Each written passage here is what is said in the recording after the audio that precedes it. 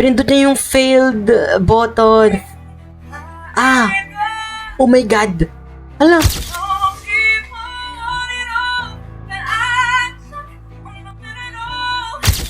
Uy, nice! Bagay sa boss ni Arabel, yung kanta. Napakalinis ng simula.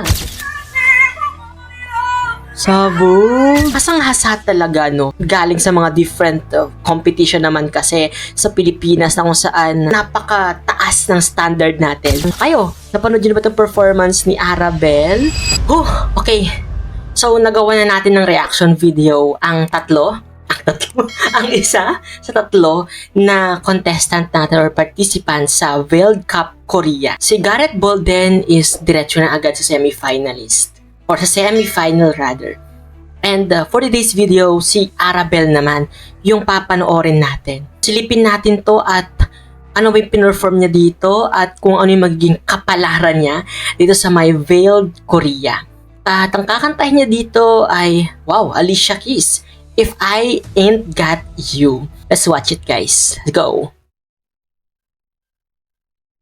Okay.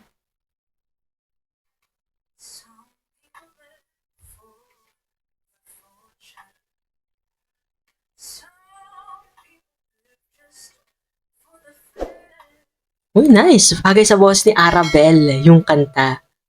Napakalinis ng simula. Sige.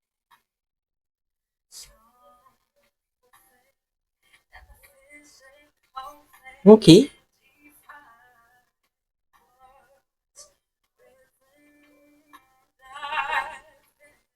So, eto na.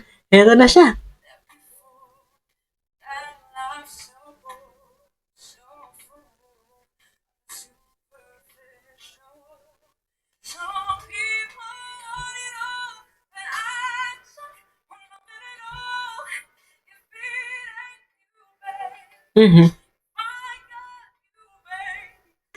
Gusto ko talaga nakikita yung mga reaction ng mga judges dito kapag narinig nilang kumakanta yung mga kapuso singers. Okay.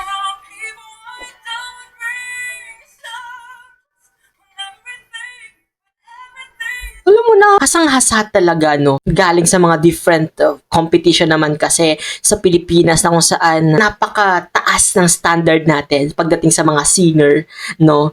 Kaya parang maning-mani na lang talaga sa mga Filipino singers kapag pumunta sila sa international stage.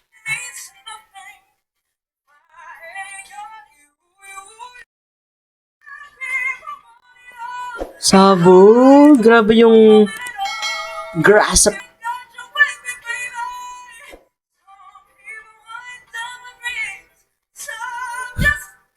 Parang nagko-concert lang sila, no?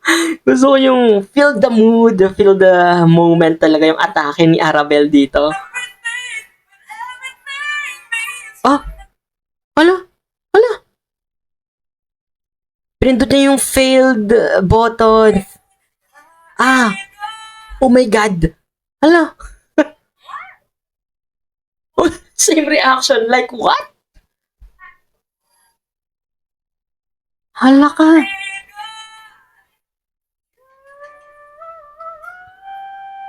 Grabe? What the hell? Ano nangyari? Taray, mukhang pipindutin si ate mong girl. Pero ang ganda ng version naman ni Arabel dito. Anong kulang? Si Henry yung umano, no? Kumindot. Girl! Nangyari? Ah!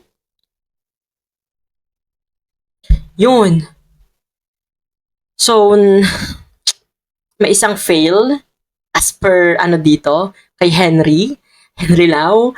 And well, sa panonood ko, I think ang contest naman yung version niya ni Arabel dito ng If I Ain't Got You. Pero for the judges or for the judge na si Henry, parang may kulang daw or parang may mali na nagawa si Arabel dito. And feeling ko din, kaya siguro ganun yung reaction ni Henry dito is because, well, for us na mga nakikinig, nag-iiba yung mismong music, yung performance, di ba? Kapag live or sa mismong stage ka na nakikinig. Pero yun, well, for us, di ba, maganda yung pagkaka-perform ni Arabel dito, pero pagdating sa judges is iba. Siguro may kanya-kanya tayong standard ng pagja-judge dito. And I think, di ba, nasa Korea's a World Cup to, kaya mataas yung expectation nila. Or sadyang may nakita lang si Henry na hindi maganda dun sa performance ni Arabel, no? Pero sa huli naman, ang sabi ni Henry dito, parang nagsisi siya or nahuli siya ng nasa huli yung pagsisisi niya na pinindot niya yung fail kahit na parang nagustuhan naman ng mga judges yung performance ni Arabel dito. And isa-isa mga naging realization niya dito sa World Cup. And siguro takot lang siyang mabash. Kaya bigla siyang segue ng ganon. Kayo, napanood niyo na ba itong performance ni Arabel? Dahil diretso na rin pala siya sa semi-finalist or sa semi-final. At ang hindi ko nilang napapanood ay si Thea Ashley. But yun, panoorin natin yun kapag naipalabas na siya or meron ng available materials online. Kayo, anong masasabi niyo sa performance ni Arabel de la Cruz dito? Nagustuhan nyo ba or same sentiments kayo dito ng mga judges? Let me know your thoughts guys in the comment section. Syempre kung hindi ka pa rin nakasubscribe sa channel ko, don't forget to hit that subscribe button and that notification bell para lagi kang updated sa mga videos na i-upload ko pa. This has been CJ guys, your man of letters. Stay safe and stay motivated. Thank you for watching. Bye!